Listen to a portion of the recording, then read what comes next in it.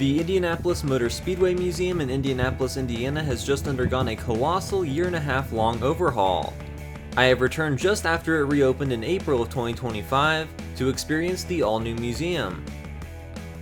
The museum is located within the historic 2.5-mile-long track and has been located inside this vintage building since 1976.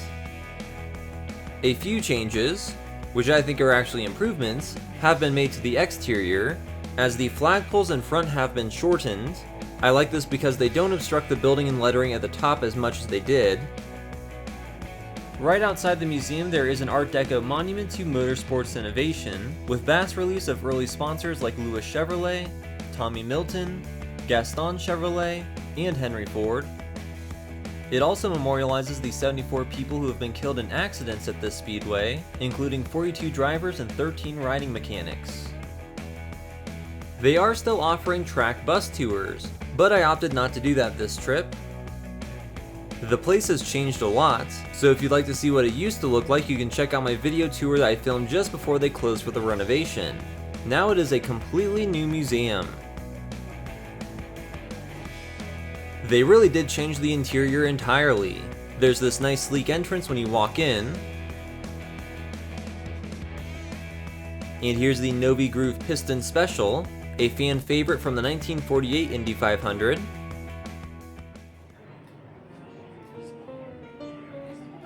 The new galleries begin at the beginning of the Speedway story with Gasoline Alley.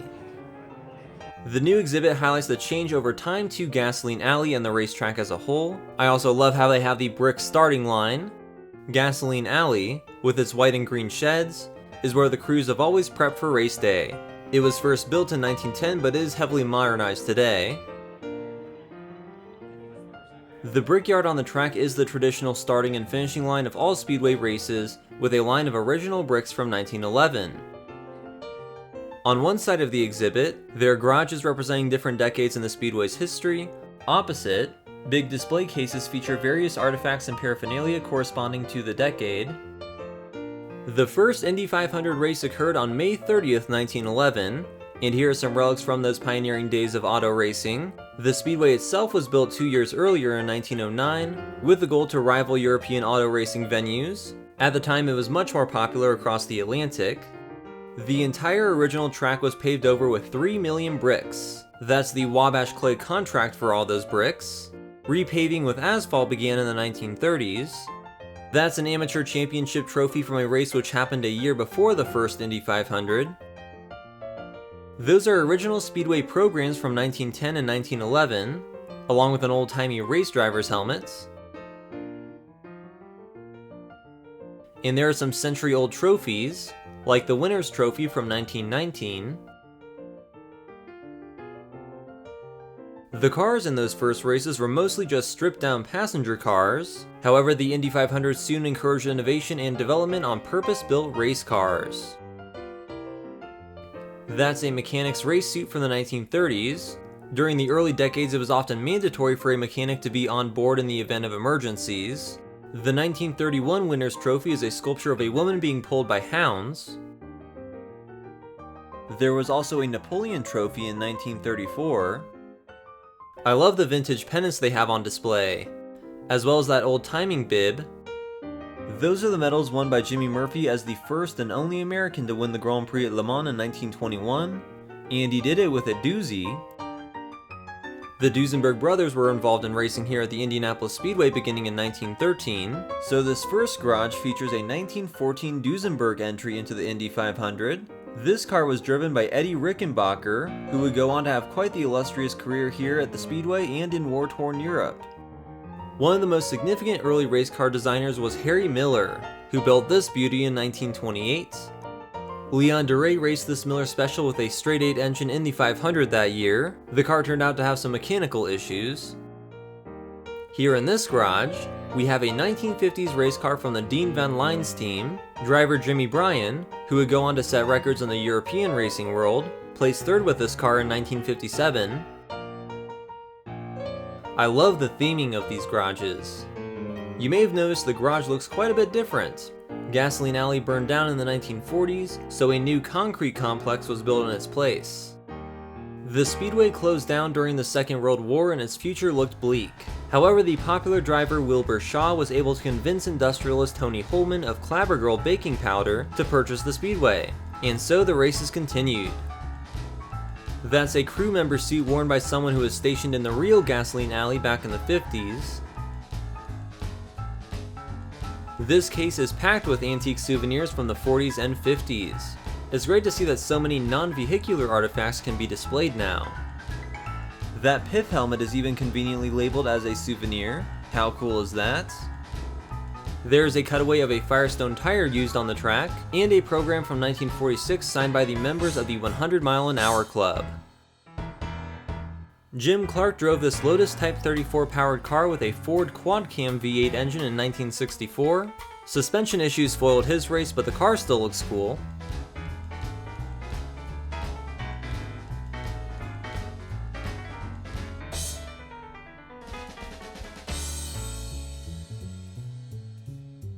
This was driver Johnny Rutherford's race suit from the 1976 Indy 500, which he won thanks to the rain causing the race to be cut short. This is an awesome Speedway trophy clock with the Soldiers and Sailors monument from downtown prominently featured on it. The new placards accompanying these artifacts have lots of great tidbits on the Speedway's history. When visiting, it is worth taking the time to read everything in here.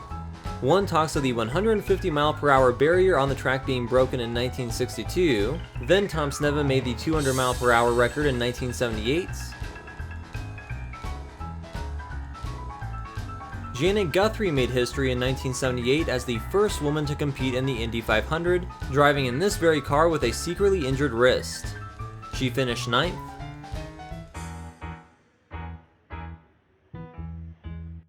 In the 1970s and 80s, IndyCar became increasingly popular, so these artifacts represent that era, including a drawing of driver Rick Mears. In the 1980s, Gasoline Alley was fully revamped with bigger and modernized garages. All of these helmets and paraphernalia represent that growing era. This is a unique bas-relief sculpture of the front straightaway of the Speedway. That's the racing suit and helmet of Lynn St. James, the first woman to win Rookie of the Year.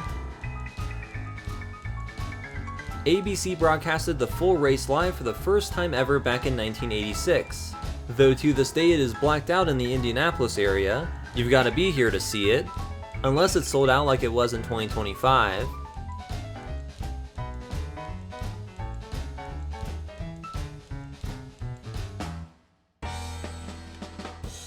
Here is the 1993 car driven by Formula One champion Nigel Mansell in his first Indy 500, where he placed third despite the fact he had never driven on an oval track before.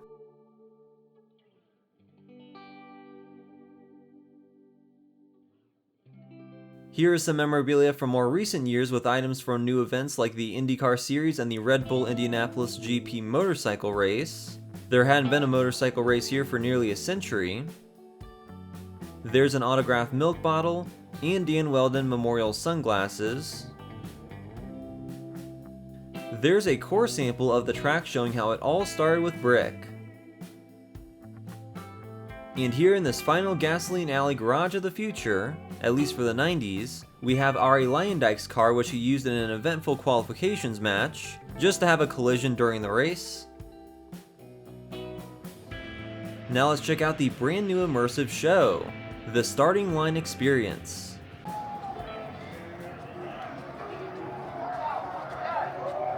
Following the recent screen-based immersion trend, they have developed an audiovisual experience with a curved floor-to-ceiling screen to put visitors into the action on race day. It now takes place on the Sunday of Memorial Day weekend each year, when over 300,000 people descend upon these hallowed grounds. There are even some real race cars in here, which is a nice touch.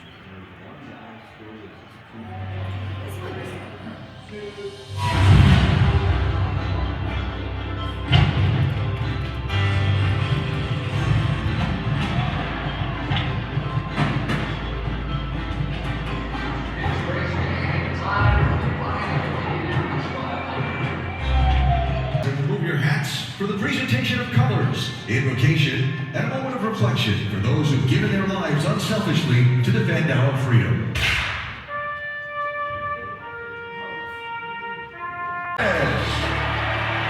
From Auckland, New Zealand, it's the Iceman, Scott Dixon.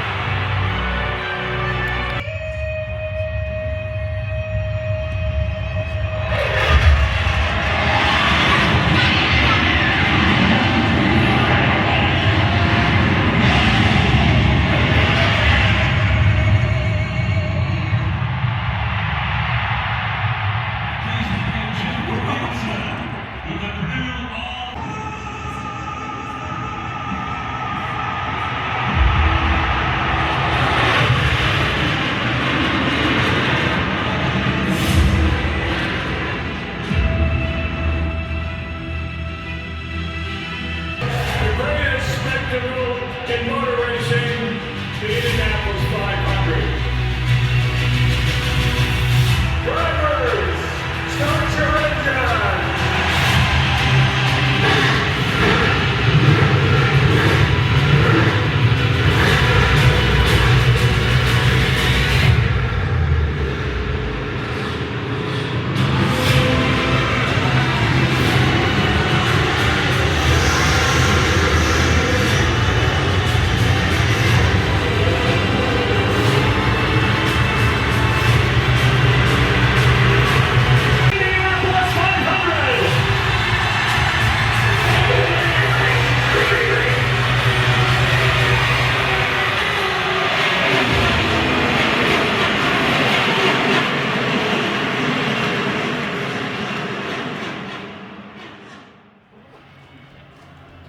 So that was pretty good. If you'd like to see the whole show, I have a separate video linked in the description. Here's an interactive section with all sorts of hands-on experiences like a pit stop practice. Those mechanics have to be insanely fast. It takes 7 seconds to fill an Indy car with 18 gallons of gas. There are also quite a few racing simulators. Now we'll head into the Penske Gallery, which is in a big back room that was completely underutilized in the old museum. This hallway is lined with a Team Penske Hall of Fame of sorts.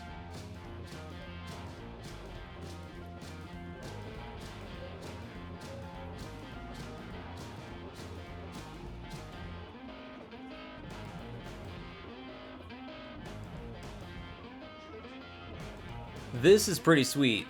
The gallery is lined with racing suits, helmets, engines, and there are several race cars. This was the recent 2024 winner, the Dallara IR12 driven by Josef Newgarden.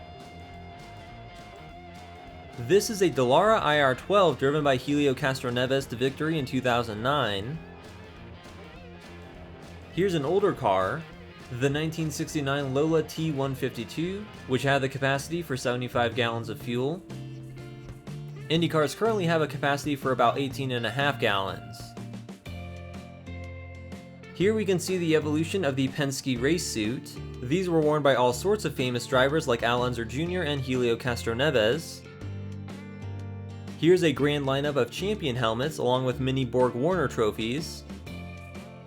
There are quite a few Castroneves helmets in here. He did win 4 times after all. Team Penske has won 20 Indy 500s, more than any other single team in history.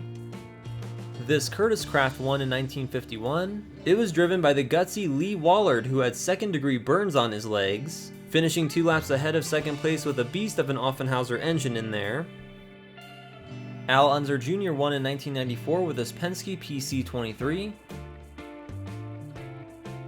And here's a car that was driven by Rick Mears in 1988 for his 3rd 500 victory. Here are various high-capacity engines used in Indy cars over the decades.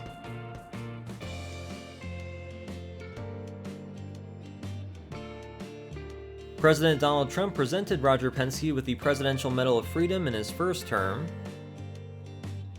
Here's a collection of Indy 500 championship rings. And here's a replica of the Astor Cup. Team Penske has won 17 replicas. There's a good view of the speedway from here, including the iconic pagoda at the Brickyard. The first small Japanese-inspired pagoda was built there in 1913 as a wooden judge's stand. Several versions have been built over the years, gradually getting larger until the colossal glass one that stands today.